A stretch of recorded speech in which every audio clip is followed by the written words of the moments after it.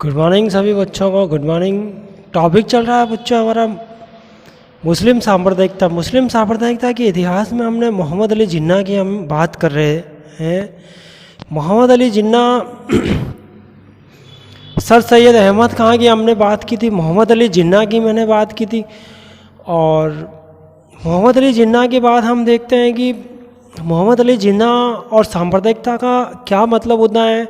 मोहम्मद अली जिन्ना और सांप्रदायिकता के जो तत्व हैं वो सांप्रदायिकता के तत्वों में किस तरह से जो पाकिस्तान का निर्माण हो जाता है, वो पाकिस्तान के निर्माण की गतिविधि को, वो सांप्रदायिकता के तत्वों को, और जो सांप्रदायिकता के तत्व से जो भारत पर जो इफ़ेक्ट हुए थे उनको, और जो भारत में हिंदू महासभा के द्वारा जो कार्य किए गए थे उनको, और जो ब्रिटिश सरकार के द्वारा जो भेजे गए मिशन, वो सारे तथ्यों का विश्लेषण करने के बाद 15 अगस्त 1947 को हमारा देश आज़ाद होता है। तो सांप्रदायिकता किसी कोई एक कारण नहीं है, सांप्रदायिकता का कोई एक वजह नहीं है।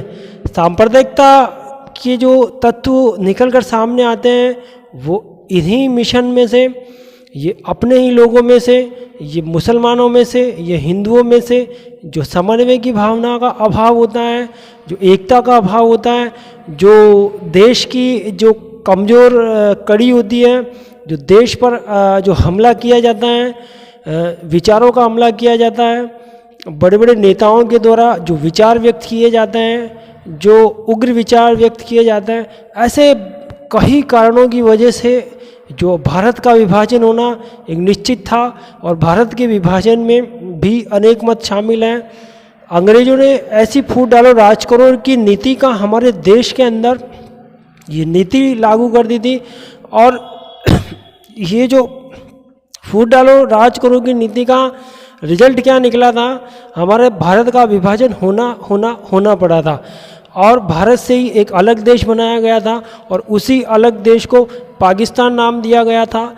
जो विचार जो थे वो एक विचार जो चौधरी रहमत अली ने एक पाक शब्द से पाकिस्तान शब्द का एक शब्द दिया था, वो हर हिंदुस्तान और जो है इसके दिलो दिमाग में ये बैठाया गया, मुसलमानों के मस्तिष्क में ये विचार व्यक्त हो गया था कि अब हमें पाकिस्तान चाहिए, अब हमें पाकिस्तान चाहिए। और यही मुस्लिम सांप्रदायिकता की नीति का एक आधार बिंदु रहा था। पाक शब्द जो होता है बच्चों, यही पाक से पाकिस्तान बना है, और इसी शब्द से मुसलमानों ने अपना जो है एक हठ धर्मिता जो ठान ली थी मुसलमानों ने, और जो मुस्लिम नेताओं ने कि हमें अपना एक देश होगा, हमारी सरकार होगी, हमारी स्वतंत्रता होगी, हमारी राजनीति होगी, हमारा प्रशासनिक तंत्र होगा। ये सब चीज़ें ये पहले से ही तय थी, ये पहले से ही तय थी, और ये होना ही था कि अगर समस्या का निवारण करना है तो पाकिस्तान को भारत से एक अलग सीमा रेखा बना के, रेडिकल रेखा बना के एक पाकिस्तान के का एक उनको देना था। ये हम भारतवासी हैं, और भारतवासियों का दिल इतना बड़ा होता है कि हम अपने देश के लिए अपनी जान भी कुर्बान कर देते हैं। तो और जो है हम किसी के साथ अन्याय नहीं करते हैं। यहाँ देखिए बच्चों, टॉपिक है अपना मुस्लिम सांप्रदायिकता। मुस्लिम सांप्रदायिकता क्या होता है, ये मुस्लिम सांप्रदायिकता वाला टॉपिक हमारा चल रहा है आज। मुस्लिम सांप्रदायिकता में आगे हम पढ़ेंगे आज लाहौर का जो अधिवेशन है उसको पढ़ा जाएगा। लाहौर के अधिवेशन में ये आपके कौन होते हैं, लाहौर के, एक सेकंड बच्चों, ये लाहौर अधिवेशन की हम बात कर रहे थे। इसको पेन को भी इसको सॉरी फॉर बच्चों, हमारा टॉपिक चल रहा है लाहौर। ये मुस्लिम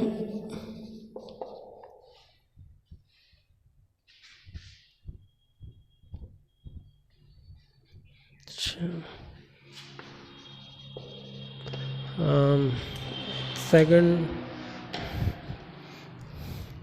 हमारा चल रहा है, ठीक है, सॉरी बच्चों, मुस्लिम सांप्रदायिकता।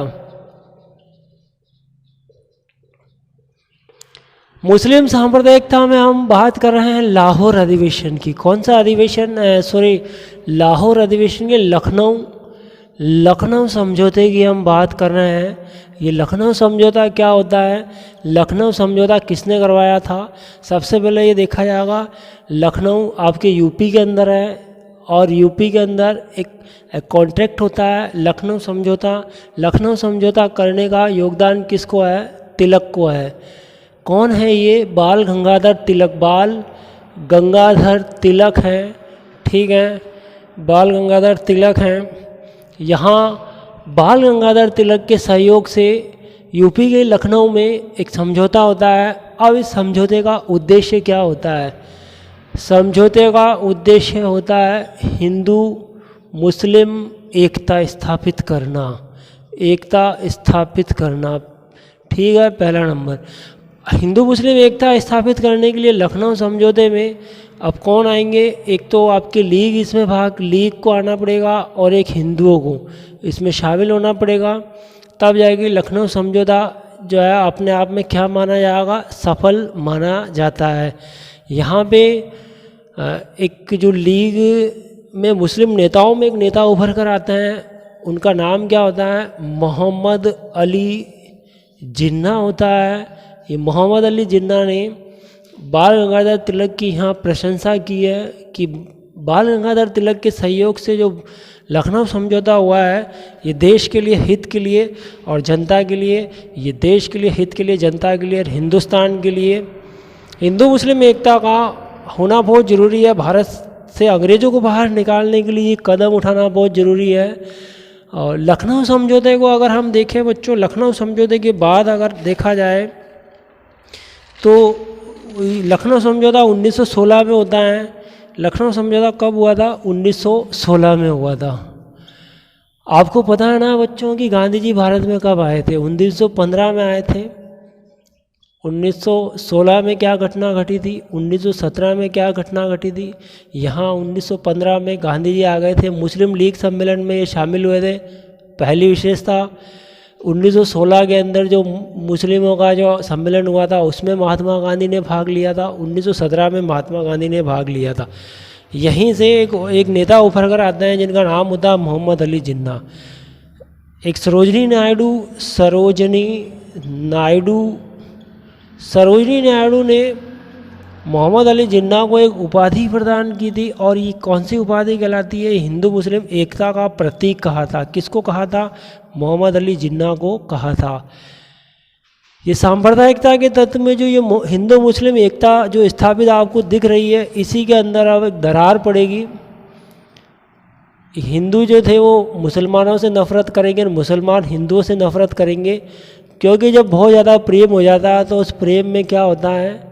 विश्वासघात होता है। और जब हम किसी से बहुत ज़्यादा प्रेम करते हैं, बहुत ज़्यादा लगाव होता है, हिंदू मुस्लिम आपस में भाई भाई, हम सब है भाई भाई, ये एक कहने को होता है। यहाँ जब विचारों की जब धारा बहेगी, विचार जब प्रकट किए जाएंगे, एक दूसरे पर आरोप लगाए जाएंगे, प्रत्यारोप लगाए जाएंगे, जब अपने ऊपर बात आती है, अपने कौम पर बात होती है, अपने समाज पर बात होती है, अपने परिवार पे बात होती है, अपने राजनीतिक क्षेत्र में बात होती है, सामाजिक क्षेत्र में बात होती है, आर्थिक क्षेत्र का मुद्दा होता है, और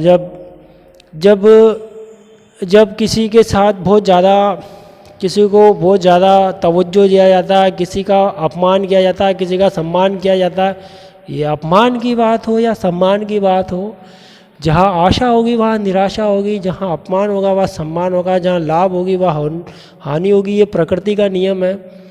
और इसी तरह जहाँ प्रेम होगा वहाँ लड़ाई भी होगी बच्चों। तो कारण यही है कि सबको अपनी अपनी जगह संतुष्ट होना पड़ता है। ये ऐसे ही मुसलमानों को संतुष्ट करने के लिए इनको अलग देश पाकिस्तान बनाया गया, हिंदुओं को संतुष्ट करने के लिए पूरा का पूरा इंडिया हिंदुओं का है। हिंदुओं का प्राचीन काल से हिंदू थे यहाँ पे, आज हैं और रहेंगे। आगे भी हमारा देश आज़ाद रहेगा, प्रगति करेगा। जो विश्व के सारे देश हैं उनको पीछे धकेल कर ये देश टॉप नंबर फर्स्ट पे जाएगा। ये मैं नहीं कहता, ये पूरी दुनिया कहती है, हिंदुस्तान के लोग कहते हैं। हिंदुस्तान के जो लोग हैं बच्चों, हिंदुस्तान के लोगों में प्रेम की भावना, सद्भावना की भावना, आत्मसमर्पण की भावना, लोगों को समझने की भावना, उनमें हिंदुस्तान के लोगों में जो देशभक्ति जो भरी है कूट कूट के, जो दूसरे लोगों के प्रति, दूसरे देशों के प्रति जो भावना है, सद्भावना है, जो प्रेम की भावना है, जो कर्तव्य की भावना है, वो हिंदुस्तानी है।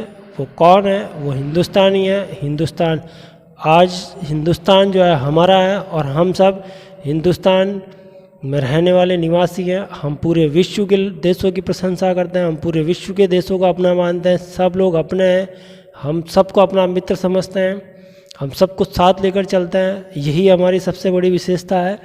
यहाँ हम देख रहे हैं बच्चों, हिंदू मुस्लिम एकता स्थापित हो जाने के बाद अभी लाहौर समझौता कंप्लीट हुआ है। लाहौर समझौता के बाद कुछ गतिविधियाँ ऐसी आती हैं मुस्लिम राजनीति के अंदर। महात्मा गांधी जब यहाँ भारत में आ गए थे, 1915 में आ गए थे, और वो एक उनके दिलों में ऐसा था नहीं कि ब्रिटेन, अंग्रेज उनके साथ धोखा करेंगे। वो अंग्रेज़ों की बात को मान लेते हैं और प्रथम वर्ल्ड वार चल रहा होता है। उन्होंने ऐसा सोचा नहीं था कि भाई अंग्रेज़ जो है हमारे साथ धोखा करेंगे। प्रथम वर्ल्ड वार के अंदर गांधी जी को ये कहा गया कि भाई भारत से आप सेना इकट्ठी करें और सेना जो है उस सेना को हम जो है ब्रिटेन में हमारी तरफ से वो सेना विदेशों से लड़ेगी, इंग्लैंड जीत जाएगा। इंग्लैंड को अगर जीत हासिल होगी तो भारत को आज़ाद करेंगे। गांधी जी उनकी बातों में आ गए थे और गांधी जी उनकी बातों में आकर वो उनको सार्जेंट की उपाधि भी प्रदान कर दी थी। गांधी जी को सेना में भर्ती करने वाले सार्जेंट कहा गया था। बाद में पता चलता है कि 1919 का एक अधिनियम आता है और 1919 में रॉलेट एक्ट आता है। तब महात्मा गांधी को ये पता चलता है कि भाई हमारे साथ धोखा हुआ है, हमारे साथ अंग्रेज़ों ने विश्वासघात किया है। तो जहाँ महात्मा गांधी ने प्रेम और सहानुभूति की नीति अपनाई थी, उल्टा उनको क्या मिला था? उल्टा उनको धोखा मिला था। जहाँ उन्होंने विश्वास किया था वहाँ अविश्वास मिला था। इसी से गांधी जी की राजनीति में परिवर्तन आ जाता है। गांधी जी अंग्रेज़ों के खिलाफ 1920 में असहयोग आंदोलन प्रारंभ करते हैं। गतिविधियां चल रही थी 1914 से 1918।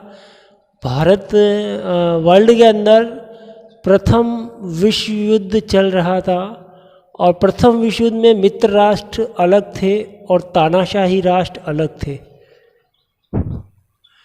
यहाँ मित्र राष्ट्रों में इंग्लैंड शामिल था, फ्रांस शामिल था, स्पेन इसी में आ गया, आपके रूस भी है इसमें, और तानाशाही यूएस है इसमें। तानाशाही राष्ट्रों के अंदर जर्मनी तानाशाही था, विलियम केसर था इस समय। आपके इधर ऑस्ट्रिया है, ऑस्ट्रिया के बाद इधर पहला, दूसरा, तीसरा ऑस्ट्रिया के साथ ये जो छोटी छोटी जगह है बोस्निया है 4 नंबर पे। हर्जी गोविना आ गया। हर्जी गोविना के बाद में आता है सर्बिया, जो मेन कारण बना था प्रथम वर्ल्ड वार का। यह सर्बिया का जो राजकुमार होता है फर्डिनैंड, इसकी हत्या कर दी जाती है और इसकी हत्या के साथ ही प्रथम वर्ल्ड वार शुरू हो जाता है। तो ये प्रथम वर्ल्ड वार शुरू हो गया था। अब प्रथम वर्ल्ड वार में ये गतिविधियाँ चल रही थी 1914 से 18 में। तो प्रथम वर्ल्ड वार 1918 में ये क्या होता है बच्चों? फिनिश होता है। ये फिनिश 1918 में जब ये फिनिश हो जाता है यहाँ पे, और जब 1918 में यहाँ फिनिश हो गया तो यहाँ देखो क्या प्रतिक्रिया होती है। यहाँ फ्रांस का एक वर्साय का महल होता है। फ्रांस का वर्साय का महल है। यहाँ पे ये जो मित्र राष्ट्र होते हैं ये सारे के सारे क्या होते हैं? जीत जाते हैं। विजयश्री इनको प्राप्त होती है। तानाशाही राष्ट्र जो होते हैं इनमें क्या लोकतंत्र होता है अब समाप्त, और यहाँ क्या स्थापना हो जाती है? राजतंत्र की स्थापना होती है। यहाँ अब राजतंत्र की स्थापना होती है। तो ये मित्र राष्ट्रों ने मिलकर फ्रांस के वर्साय के महल में इन सब जितने जो देश थे, Germany, Austria, Bosnia, Herzegovina, Serbia, foreigner, इन सभी देशों के साथ क्या करते हैं? एक संधि की जाती है। और वो कौन सी संधि कहलाती है? वो वर्साई की संधि कहलाती है। और इस वर्साई की संधि में एक राष्ट्र था टर्की। वर्साई की संधि में टर्की जो ना, टर्की, इस टर्की में इसके जो छोटे छोटे देश होते हैं, कुछ देश इंग्लैंड को मिलता है, कुछ आपके फ्रांस को मिला, कुछ आपको स्पेन को मिल गया, किसी यूएसए का भी जैसे थोड़ा थोड़ा इसको छिन भिन कर दिया। टर्की वाला प्रदेश जो था इसकी सीमाओं को छिन भिन करके, और यहाँ के जो खलीफा थे, खलीफा की एक पोस्ट होती थी, इस पोस्ट को क्या करा, फिनिश किया था। इस खलीफा को की पोस्ट को फिनिश करने के बाद पूरे देश के अंदर, पूरे विश्व जो था, पूरे वर्ल्ड के अंदर जो है, जो क्या प्रतिक्रिया होती है, अब ये खलीफा के पद से पूरे वर्ल्ड के मुसलमान भड़क जाते हैं। मुसलमान भड़क जाते हैं। मुसलमान कहते हैं कि क्योंकि मुसलमानों का इस्लाम धर्म का गुरु कौन होता है, खलीफा होता है। इस्लाम धर्म का गुरु कौन है, खलीफा है। यहाँ पे हम इस्लाम धर्म के गुरु खलीफा की बात कर रहे हैं। जब खलीफा को सिंहासन से हटा दिया था और मुसलमानों के जो गुरु जो था उसी को हटा दिया था, तो मुसलमानों ने जगह जगह, ना केवल भारत बल्कि सभी पूरे वर्ल्ड के अंदर जहाँ इस्लामिक प्रदेश थे वहाँ अंग्रेज़ों के खिलाफ आंदोलन हुआ। अब भारत के अंदर अंग्रेज़ों के खिलाफ आंदोलन करने वाला एक आंदोलन चल रहा था, असहयोग आंदोलन।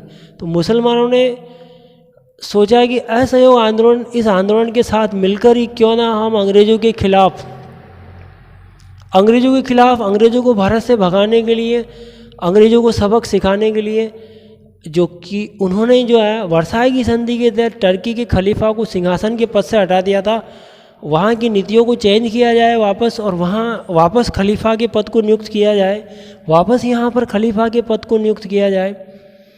ये उद्देश्य था मुसलमानों का। और मुसलमानों ने अखिल भारतीय कांग्रेस कमेटी का आयोजन किया था। अखिल भारतीय कांग्रेस कमेटी में महात्मा गांधी को अध्यक्ष बनाया था। महात्मा गांधी के सामने ये पूरे वर्ल्ड की जो ये बात हो रही थी, वो सारी बात महात्मा गांधी को सुनाई, और बाद में एक मुसलमानों ने एक खिलाफत आंदोलन चलाया था। और खिलाफत आंदोलन में मुसलमानों ने कहा कि भाई हम आपके साथ में हैं, और वो असहयोग आंदोलन में मिल जाते हैं। और इस तरह असहयोग आंदोलन, जो पहले केवल इसमें हिंदू लोग शामिल थे, अब उसमें मुसलमान भी शामिल हो गए। अब हिंदू मुसलमानों के दोनों के शामिल हो जाने से क्या हुआ था, आंदोलन को एक गति मिल गई थी।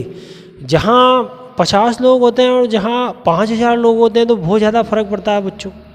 जहाँ 50 लोग नारेबाजी कर रहे हैं और जहाँ 5000 लोग नारेबाजी कर रहे हैं, जो माहौल बनता है ना, उस माहौल से सरकार को हिलना पड़ता है। जनता ही जनार्दन है, जनता के आगे बड़े बड़े लोग नहीं टिक सके हैं, तो हमारी क्या ताकत है बच्चों।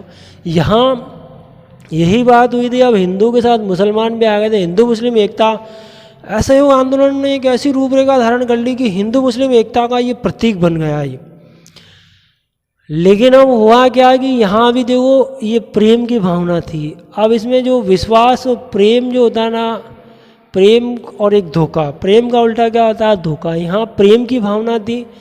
अब प्रेम, तो मैंने अभी आपको बताया था कि जहाँ सम्मान है वहाँ अपमान है, जहाँ आशा है वहाँ निराशा है, जहाँ सुख है वहाँ दुख है। यही बात यहाँ लागू होती है। अभी तक इनमें प्रेम है, लेकिन अब ये प्रेम जो था वो धोखे में बदलेगा। वो कैसे बदलेगा, वो धोखे में ऐसे बोलेगा। 1920 में असहयोग आंदोलन के अंदर महात्मा गांधी ने जब असहयोग आंदोलन प्रारंभ किया था, असहयोग आंदोलन प्रारंभ कर दिया था 1920 में, जब ये अपनी गति पर था, बहुत तीव्र गति पर था। ब्रिटिश सरकार को झुकना पड़ा था। ब्रिटिश सरकार लगभग हौसले पस्त हो गए थे। ब्रिटिश सरकार की जो गतिविधियाँ 1857 के अंदर ब्रिटिश सरकार की जो ताकत है वो कमज़ोर हो जाती है, वही हालत ब्रिटिश सरकार की हो गई थी इस आंदोलन को देखकर। लेकिन अचानक 1922 में महात्मा गांधी ने अपना जो इन्होंने स्टेटमेंट दिया था वो बदल दिया था। इन्होंने जो अपना प्रस्ताव जो 19 असहयोग आंदोलन को अचानक स्थगित कर दिया था। महात्मा गांधी अहिंसा के सिद्धांत पर चलने वाले थे, नए नए आए थे भारत में। अहिंसा के सिद्धांत पर उन्होंने कहा भाई अब जो है चोराचोरी नामक स्थान यूपी के, वहाँ पुलिस वालों को, जो 22 पुलिस वाले उनको जिंदा जला दिया था, हिंसा हो गई थी, जनता ने लोग जो आगजनी पे उतर गई है, जनता चोरी कर रही है, डकैती डाल रही है, सरकारी संपत्ति को नुकसान पहुंचा रही है, से कई मुद्दे उठे और बाद में महात्मा गांधी ने क्या करा, असहयोग आंदोलन को जनता को स्थगित कर दिया कि अब असहयोग आंदोलन की डोर जो थी वो संभाले हुए तो पतंग उड़ रही है आसमान में, डोर कौन संभाल रहा है, महात्मा गांधी उड़ा रहे हैं पतंग। अब पतंग ही अगर हम डोर को ढीला छोड़ देंगे, महात्मा गांधी अगर उसको डोर को छोड़ देंगे तो क्या होगा, पतंग तो नीचे आके गिरेगी ना। ऐसे असहयोग आंदोलन जो बहुत ऊंचे ऊपर आकाश में उड़ा था, वो अचानक क्या हुआ, ढेर खा के नीचे गिर गया। कारण यही था कि वो जब ढेर खा के नीचे गिर गया तो मुसलमानों ने कहा भाई हमारे साथ तो धोखा हो गया, हम तो आपको बड़े प्रेम के साथ कि भाई हम अंग्रेज़ों को झुकना पड़ेगा, खलीफा को वापस नियुक्त करना पड़ेगा। और इसी से एक सांप्रदायिकता उत्पन्न हुई थी। मुसलमान जो थे वो वापस हिंदुओं के दुश्मन हो गए। हिंदू जो थे वो पहले से ही, वो हिंदुओं में ऐसा नहीं था कि भाई हिंदू तो समझते थे हिंदू मुस्लिम भाई भाई है, लेकिन ऐसे आगजनी करने, आरोप प्रत्यारोप लगाने से दोनों में एक नफरत की भावना पैदा हो गई थी। हिंदू मुसलमानों को पसंद नहीं करता था और मुसलमान हिंदुओं को पसंद नहीं करते थे। आगे की हम और देखा जाए तो मुस्लिम राजनीति में बच्चों, मुस्लिम राजनीति में नेहरू रिपोर्ट आई थी। नेहरू रिपोर्ट में 14 सूत्री मांग रखी गई थी। अब ये नेहरू रिपोर्ट क्या है?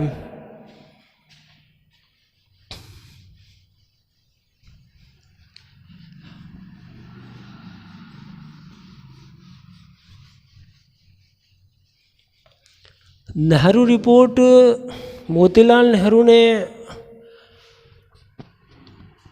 14 सूत्री कार्यक्रम रखे थे। हुआ ये था कि ब्रिटेन का जो चर्चिल जो था ना, चर्चिल ने घोषणा की थी। चर्चिल ने मतलब ये कहा था कि हिंदुस्तान में ऐसा कोई नेता नहीं है जो संविधान का निर्माण कर सके, लेकिन शर्त यह है कि भारत के जितने भी राजनीतिक दल हैं वो सभी दलों को उस संविधान को मानने के लिए तैयार, संविधान को मानने के लिए अगर एक्सेप्ट होते हैं, सारे के सारे जितने भी दल हैं, हिंदू महासभा है, कांग्रेस पार्टी है, मुस्लिम पार्टी है, जैन धर्म की पार्टी है, बौद्ध धर्म की है, अल्पसंख्यक समुदाय है, हिंदुस्तान का प्रत्येक जनता अगर उस संविधान को मानने के लिए तैयार है तो हम उस संविधान को आज ही लागू कर देंगे। अंग्रेज़ जो है उस संविधान के अनुसार ही कार्य करेगा। अंग्रेज़ों के पास विदेशी विभाग नहीं होगा, रक्षा विभाग नहीं होगा, संचार विभाग नहीं होगा, और विदेशी विभाग भी अंग्रेज़ों के पास में नहीं होगा। चर्चिल ने जब ये बात की तो मोतीलाल नेहरू ने 14 सूत्री कार्यक्रम रखे थे, और 14 सूत्री कार्यक्रम में इन्होंने अपनी अलग अलग धाराएं बताई थी कि एक संघ का निर्माण किया जाएगा, प्रांतों के अंदर प्रांतीय व्यवस्था स्थापित की जाएगी, उत्तरदायी शासन सौंप दिया जाएगा, मुसलमानों के लिए सीटें आरक्षित की जाएगी, और अवशिष्ट शक्तियाँ केंद्र के पास रहेगी। इस तरह से इन्होंने 14 सूत्री मांगें जो रखी थी, वो सभी 14 सूत्री मांगों पर जो हठ धर्मिता वाले कौन थे? मोहम्मद अली जिन्ना थे। मोहम्मद अली जिन्ना को ऐसा लग रहा था कि मुसलमानों को बहुत अल्पसंख्यक मानकर मुसलमानों के हितों के लिए कोई ध्यान नहीं दिया जा रहा है। 14 सूत्री मांगों में जो सारी मांगे जो थी वो सारे किसके पक्ष में? वो हिंदुओं के पक्ष में जा रही थी। ऐसा नहीं था कि हिंदुओं के पक्ष में जा रही थी, मुसलमानों के लिए भी कुछ किया था, लेकिन उस 14 सूत्री मांगों के अंदर मुसलमानों को ऐसा लग रहा था कि हिंदुओं को तवज्जो ज़्यादा दिया जा रहा है, ज़्यादा दिया जा रहा है। और इसी वजह से मोहम्मद अली जिन्ना ने कहा कि भाई हम जो है आपने जो संविधान की रूपरेखा बनाई है वो रूपरेखा को हम नहीं मानते। और मोहम्मद अली जिन्ना ने संविधान की रूपरेखा को मानने से मना कर दिया था। तो यहाँ इसके मना करने से जो चर्चिल की बात थी वो बिल्कुल सत्य हो गई थी। चर्चिल ने कहा था ना कि ऐसा कोई भी एक भी ऐसा दल नहीं होना चाहिए जो संविधान को नहीं मानता। सभी दल अगर संविधान को, कांग्रेस है वो इस संविधान को मानने के लिए तैयार है, हिंदू महासभा मानने को तैयार है, जेएनयू की सभा मानने को तैयार, वामपंथी संगठन मानने को, सभी लोग अगर इसको मान रहे हैं तो मोहम्मद अली जिन्ना क्यों नहीं मान रहा? और यहीं से ये नेहरू रिपोर्ट जो थी 14 सूत्री नेहरू रिपोर्ट है वो क्या हो जाती है? वो असफल हो जाती है। अब नेहरू रिपोर्ट में 14 सूत्री मांगों को देखने के बाद आपने मोहम्मद इकबाल का नाम सुना होगा। चौधरी रहमत अली जो सबसे पहले उन्होंने नाउ एंड नेवर, उन्होंने एक किताब लिखी थी बच्चों, now and never. Now and never किताब में चौधरी रहमत अली ने एक पाक शब्द का किया था कि एक पाक का मतलब होता है पवित्र, और इसी पवित्रता से क्या होगा कि हमारे देश के अंदर क्या है, हमारे देश के अंदर एक पाकिस्तान होना चाहिए मुसलमानों का, एक अलग देश होना चाहिए जो पाक होगा, बिल्कुल पवित्र होगा, जिसमें केवल कौन होंगे, मुसलमान होंगे। और जो मुस्लिम रहेंगे, मुसलमानों का रहन सहन रहेगा, मुसलमानों का ही मस्जिद रहेगा, मुसलमानों का ही खुतबा पढ़ा जाएगा। खुतबा का मतलब क्या होता है बच्चों? खुतबा का मतलब होता है कि मस्जिद के अंदर नमाज होगी। सबसे पहले नमाज होने के बाद क्या होगी, जो वहाँ का मौलाना जो होता है वो खुतबा पढ़ेगा, मौलाना प्रवचन देगा। वो प्रवचन देने के बाद मौलाना क्या है कि 4 खलीफाओं का नाम लेगा, जो सबसे प्रसिद्ध खलीफा होंगे। 4 खलीफाओं का नाम लेने के बाद वो जो सुल्तान होगा उनका, उसका नाम लेता था सुल्तान का नाम। और सुल्तान जो होता था वही खुतबा उसी का कहलाता था कि सुल्तान का खुतबा पढ़ा जा रहा है, कि सुल्तान की रहमत है। सुल्तान की वजह से ही आज हम सब यहाँ अच्छे आर्थिक रूप से, सामाजिक रूप से, राजनीतिक रूप से, सांस्कृतिक रूप से हम सब यहाँ समृद्धशाली है। यहाँ तक अब हमने देखा बच्चों। यहाँ तक देखने के बाद अब हम बात करेंगे कि पाकिस्तान का जो निर्माण हो रहा है उसमें पाकिस्तान के निर्माण में क्या राजनीति रहती है, पाकिस्तान के राजनीति। इसके बाद हम देखेंगे कि क्रिप्स मिशन आएगा। क्रिप्स मिशन के बाद में कैबिनेट मिशन आता है, क्या बैबल योजना आती है, शिमला सम्मेलन आता है, शिमला सम्मेलन के बाद कैबिनेट मिशन योजना आता है, और कैबिनेट मिशन के बाद माउंटबेटन योजना आती है। यहाँ क्रिप्स मिशन आया। भारत छोड़ो 1942 का महात्मा गांधी का जो आंदोलन हुआ था, उसके बाद में क्रिप्स मिशन, ये क्रिप्स मिशन के अंदर ये एक सदस्यीय मिशन होता है, और ये भारत में संवैधानिक प्रक्रिया में सुधार करने के लिए आया था। और वर्ल्ड वार की बात करें तो 1938 में जो वर्ल्ड वार शुरू हुआ था, वो 1939 में जो शुरू हुआ वो 45 तक चल रहा था। यहाँ भी यही थी कि अगर भारत हमारा सहयोग करेगा तो हम भारत को सहयोग करेंगे, अंग्रेज ये कह रहे थे। अब यहाँ इसी वजह से यहाँ भारत में जो हिंदू मुस्लिम साम्प्रदायिकता की समस्या को दूर करने के लिए, संवैधानिक प्रक्रिया की समस्या को दूर करने के लिए, भारत में संविधान का निर्माण करने के लिए, संघ को बनाने के लिए यहाँ एक क्रिप्स मिशन आता है। ये कहता है कि केंद्र में अवशिष्ट शक्तियाँ तो केंद्र में रहेगी, विदेशी मामला केंद्र में रहेगा, संचार का मामला केंद्र में रहेगा, और तीसरे नंबर पर आता है जो रक्षा का मामला केंद्र के पास में रहेगा। आप एक संघ बनाएंगे, संघ में भारत के लोग शामिल होंगे, संघ में जैनियों को, अल्पसंख्यक समुदायों को शामिल करेंगे। संघ के अंदर मुस्लिमों के लिए भी अलग अलग सीटें निश्चित की जाएगी। लेकिन क्रिप्स मिशन जो था वो वर्तमान में लागू होने वाला नहीं था, इसलिए महात्मा गांधी ने इसको एक संज्ञा दे दी थी कि ये जो मिशन है वो उत्तर तिथीय चेक की संज्ञा दी थी। क्या दी थी? उत्तर तिथीय चेक की संज्ञा दी थी कि ये इस प्रकार का ये बैंक है, इस प्रकार का ये बैंक है कि इस बैंक में अभी वर्तमान में इसमें कुछ भी नहीं, ये दिवालिया बैंक है। ये कौन सा? दिवालिया बैंक है। और ये दिवालिया बैंक क्या कर रहा है? हमको आश्वासन दे रहा है, जैसे मंत्री लोग हमको आश्वासन देते हैं, मीठी गोली दे रहा है। और उत्तर तिथीय चेक कहा है कि ये उत्तर तिथीय चेक है। जवाहरलाल नेहरू ने इसको आगे बढ़कर इसको दिवालिया घोषित कर दिया था कि संज्ञा दी थी। क्रिप्स मिशन के बाद अगर बच्चा आगे देखा जाए तो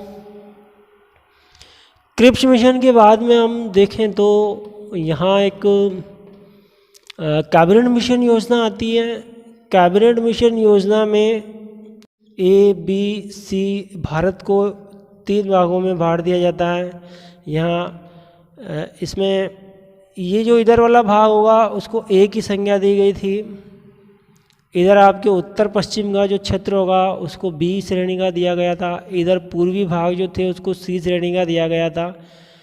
और इसमें भी वही बातें दोहराई गई थी, लेकिन इसमें कैबिनेट मिशन योजना की सबसे मुख्य योजना ये होती है कि इसमें पाकिस्तान का कहीं भी नाम नहीं लिया था।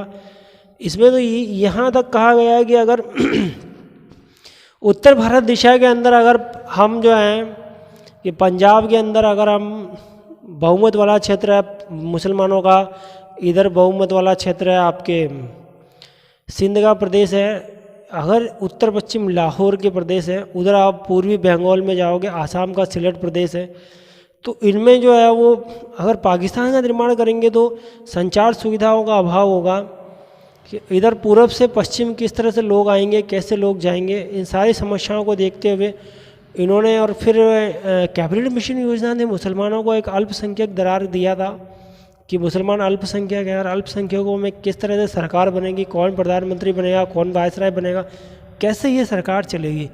इसी वजह से कैबिनेट मिशन योजना ने पाकिस्तान की मांग, पाकिस्तान शब्द का कोई उल्लेख नहीं किया था, मुसलमानों को खुश करने के लिए ऐसी कोई योजना नहीं बनाई थी।